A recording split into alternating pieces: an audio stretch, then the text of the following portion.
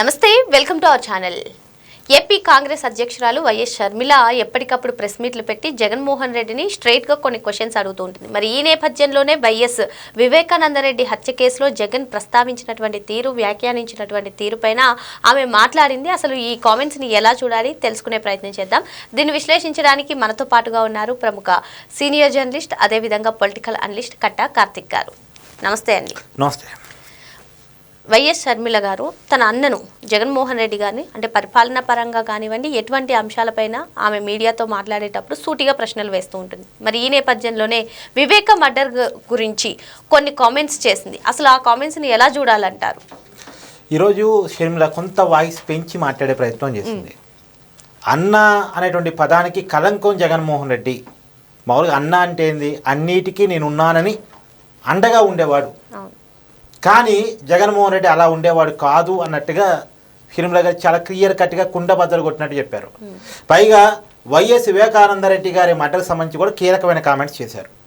నిజానికి మార్చి 15, 2019 నాడు వైఎస్ వివేకానందరెడ్డి గారు చనిపోయారు.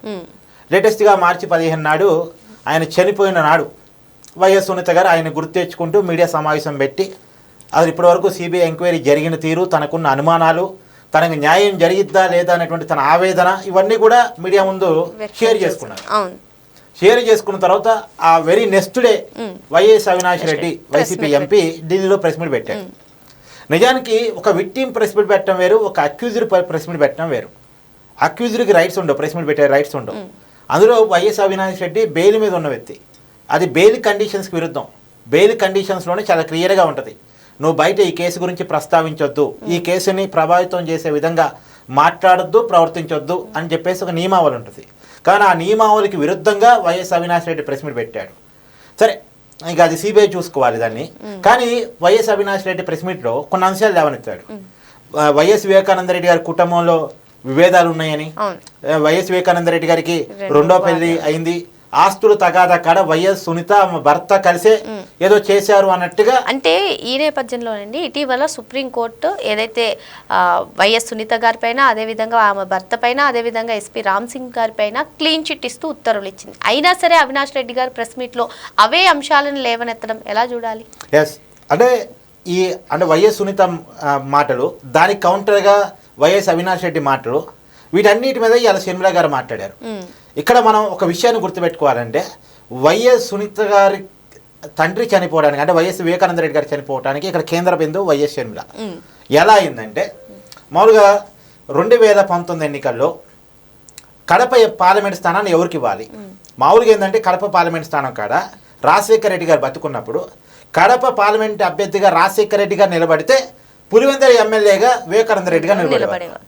రాజశేఖర రెడ్డి గారు పులివెందుల ఎమ్మెల్యేగా నిలబడితే కడప పార్లమెంట్కి వివేకానంద రెడ్డి గారు పోటీ చేస్తారు. అంటే ఈ అన్నదమ్ముల మధ్య ఆ 2 సీట్ అనేది షేరింగ్ అవుతూ ఉంది.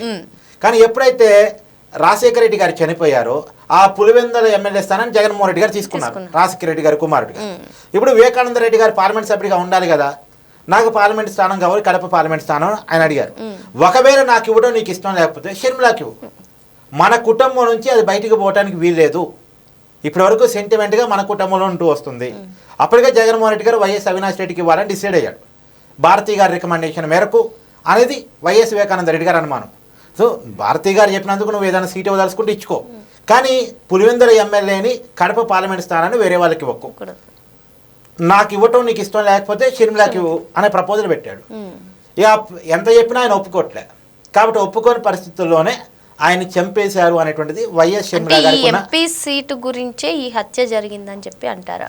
వైఎస్ షర్మిల గారికి ఉన్న బలమైన అనుమానం అదే. ఇవాళ ఆమె లేవనెత్తిన పాయింట్స్లో కూడా నువ్వు అర్థం చూస్తే అదే వస్తుంది నీకు. ఇప్పుడు ఇంకో విషయం ఏంటంటే, అసలు వైఎస్ వివేకానంద రెడ్డి గారిని చంపడానికి ఇంకేం కారణాలు ఉన్నాయి చూడు. వాళ్ళు ఎలా కథలు వెళ్ళారు చూడు, చంపేసింది. ఫస్ట్ ఏమో గుండెపోటు అన్నారా, గుండెపోటు అని ఏబిఎన్లో పడిందా, TV5లో పడిందా, సాక్షిలో పడిందా? సాక్షిలోనే మొదటి పడింది కదా. సాక్షి చైర్మన్ ఎవరు ఉన్నారు? భారతీ గారు ఉన్నారు. మరి భారతీ గారి ఛానల్లో ఏ డాక్టర్ నిర్ధారణ చేశాడని గుండెపోటు అనేసారు? వాళ్ళ కుటుంబం అంటే వాళ్ళ పార్టీ నాయకుడు అన్నది వదిలేసే, వాళ్ళ కుటుంబ సభ్యుడు కదా. జగన్మోహన్ రెడ్డి గారికి బాబాయి, భారతీ గారికి మామయ్య అవుతారు. మరి ఎలా గుండెపోటు అనేస్తారు? ఎవరు నిర్ధారించారు గుండెపోటు అని? సరే బ్రెడ్ కనపడుతుంది అన్న తర్వాత మన దానికి యాడ్ ఆన్ చేశారు, రక్తపు అంతులు అని చెప్పారు. గుండెపోటు రక్తపోంతులతో చనిపోయారని ఎవరు నిర్ధారించారు? ఇప్పటివరకు సిబిఐ ఎంక్వైరీ ఈ కోణంలో జరిగిందా? సరే, అది పోని. తర్వాత వైఎస్ సునీత గారు స్వయంగా డాక్టర్గా అవటం వల్ల ఆమె వచ్చి తన తండ్రి బాడీని చూసిన తర్వాత తనకు వచ్చిన అనుమానాల ఫలితంగా రీపోస్ట్ మార్టం అడిగారు. అప్పుడు ఉన్నది జగన్మోహన్ రెడ్డి ప్రభుత్వం కాదు కాబట్టి, చంద్రబాబు నాయుడు గారి ప్రభుత్వం కాబట్టి అప్పుడు సునీత గారి డిమాండ్కి ఒప్పుకొని రీపోస్ట్ మార్టం చేశారు. రీపోస్ట్ మార్టం కనుక చెయ్యకపోయి ఉంటే వైఎస్ వివేకానంద రెడ్డి గారి గుండెపోటుతోటి రక్తపోటుతో చనిపోయి ఉంటారని ఇప్పటికి మనం నమ్మేసే వాళ్ళు అయిపోయేది. ఆ సునీత గారు ఆ రోజు డిమాండ్ చేయడం ఫలితంగా రీపోస్ట్ మార్టం జరిగి అది హత్యగా తేలింది. హత్యగా తేలిన తర్వాత జగన్మోహన్ రెడ్డి గారు హైదరాబాద్ నుంచి నింపాదిగా వచ్చేసి ప్రెస్ మీట్ పెట్టి గొడ్డలతో మా బాబాయిని చంపారని ప్రెస్ మీట్ పెట్టాడు. ఇప్పుడు గొడ్డలతో చంపారని ఎవరు చెప్పారు? గొడ్డలి అనేటువంటి ఆయుధాన్ని ఉపయోగించారని జగన్మోహన్ రెడ్డి గారికి ఆ రోజు చెప్పింది ఎవరు?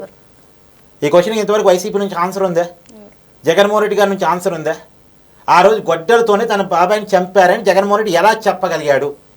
తర్వాత ఏం చేశాడు? నారాసురు రథ చరిత్రను దాన్ని క్రియేట్ చేశాడు. సిబిఐతో ఎంక్వైరీ చేపించాలని డిమాండ్ చేశారు. ఏకంగా కోర్టులో పిటిషన్ కూడా దాఖలు చేశాడు. తీరా సీన్ కట్ చేస్తే 2019లో జరిగినటువంటి సాధారణ ఎన్నికల్లో జగన్మోహన్ రెడ్డి అధికారంలోకి వచ్చాడు.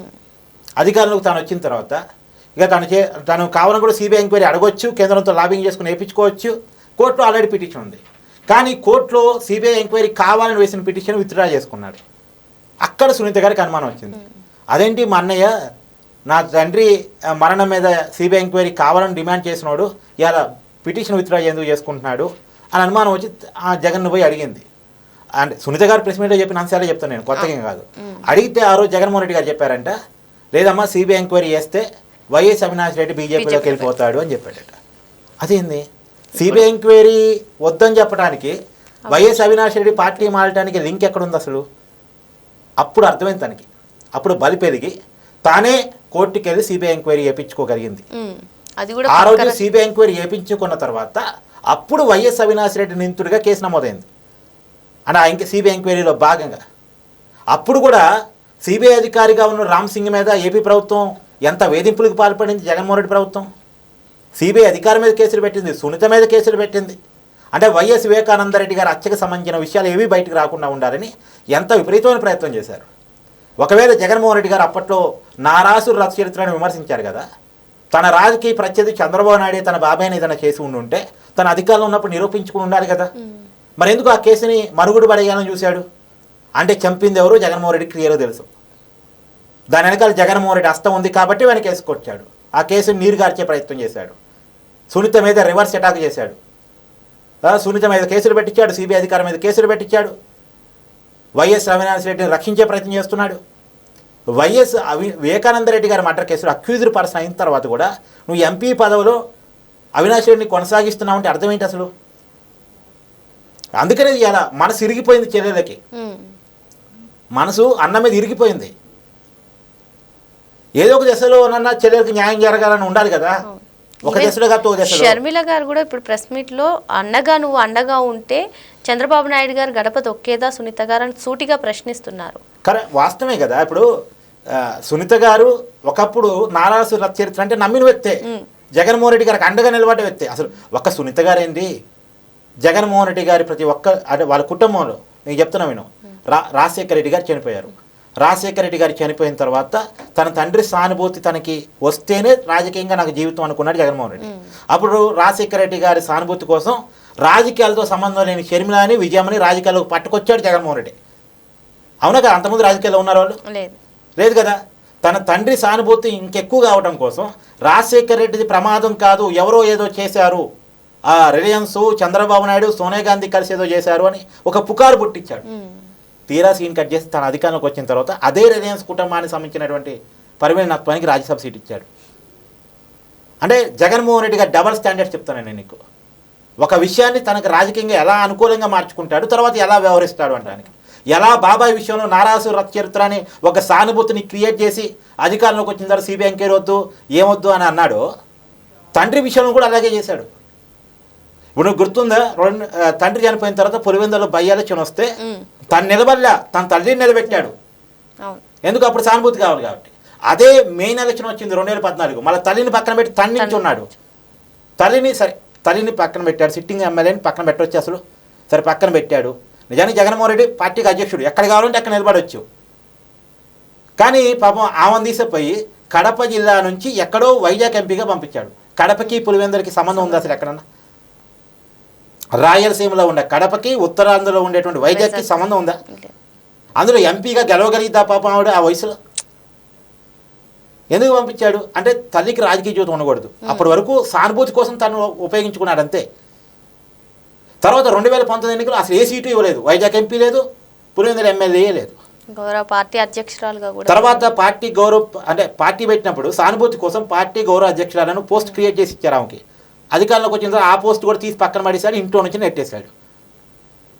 తల్లి విషయంలో వివరించింది తీరు చెప్తాను నేను, తండ్రి విషయంలో వివరించింది తీరు ఇందా చెప్పా. ఇప్పుడు షర్మిల గారి విషయంలో కూడా మాట్లాడుకున్నాం. షర్మిల గారి విషయంలో కూడా షర్మిల గారు రాజకీయాల్లోకి ఎవరి కోసం వచ్చారు? అన్న కోసం. జగన్మోహన్ రెడ్డి గారు జైల్లో ఉంటే జగనన్న వదిలిన బాణాన్ని పాదయాత్ర చేసింది. నువ్వు ఒక మహిళ, నీకు తెలుసు, మీకు వచ్చే కొన్ని ఇబ్బందులు ఉంటే మహిళలకి, కానీ అయినా సరే వాటన్నిటిని పక్కన పెట్టి మరి ఒక మహిళ వేల కిలోమీటర్లు పాదయాత్ర చేయగలిగింది. మామూలు విషయం కాదు. ఉమ్మడి రాష్ట్రంలో అలా చేయగలిగిన మహిళ ఇంకొకరు లేరు. షర్మిల పాదయాత్ర చేసింది, జగన్ కోసం చేసింది. తీరా సీన్ కట్ చేస్తే షర్మిలకి ఏం న్యాయం చేశాడు జగన్మోహన్ రెడ్డి? రాజకీయంగా కడప పార్లమెంటు స్థానం ఇవ్వాల్సి వచ్చిందని చెప్పేసి అవసరం వివేకానంద రెడ్డిని అన్న ఈ లోకం నుంచి పంపించడానికి డిసైడ్ అయ్యారు తప్ప షర్మిలకి ఇవ్వడానికి ఇష్టపడలే. పైగా పరిమిళనత్వాన్ని అంటే తన తండ్రిని చంపినటువంటి ఆరోపణలు వాళ్ళే వేసినటువంటి రిలయన్స్ కుటుంబానికైనా రాజ్యసభ సీట్ ఇవ్వగలిగారు, కానీ సొంత చెల్లికి ఇవ్వలేకపోయాడు. కడప పార్లమెంట్ స్థానం ఇవ్వలేకపోయాడు, ఒక రాజ్యసభ స్థానం ఇవ్వలేకపోయాడు. పైగా ఇవాళ చివరికి ఎక్కడి దాకా వచ్చిందంటే తల్లిని కోర్టుకు లాగేదాకా వచ్చింది ఆస్తుల కోసం. సరస్వతి పవర్ అండ్ ఇండస్ట్రీస్ ఆ ఒక్క ఆస్తి లేకపోతే జగన్మోహన్ రెడ్డి గారి ఆస్తి ఏమైనా కరిగిపోయిద్దా? జగన్మోహన్ రెడ్డి గారికి ఉన్నటువంటి కొన్ని లక్షల కోట్ల ఆస్తుల్లో, ఆయనకున్న ప్యాలెస్ల్లో ఒక్క సరస్వతి పవర్ అండ్ ఇండస్ట్రీ లేకపోతే ఏమవుద్ది? దానికోసం తల్లి మీద కోర్టు కేసేయాలా? ఏమో ఆస్తులు లెక్క ఏడుస్తున్నారా? ఆస్తి లేకపోతే జగన్మోహన్ రెడ్డి బతకలేడు, జగన్మోహన్ రెడ్డి కుటుంబం బతకలేదు అంటానికి ఏంటిది? అంటే జగన్మోహన్ రెడ్డి గారు ఇలా కుటుంబాన్ని వాడుకున్నాడు అనేటువంటి ఒక మానసిక వేదన ఇవాళ షర్మిల గారితో అలా మాట్లాడిస్తుందని నేను అనుకుంటున్నాను. ఓకే సార్, మరో అంశంతో మళ్ళీ కలుద్దాం. థ్యాంక్ యూ అండి.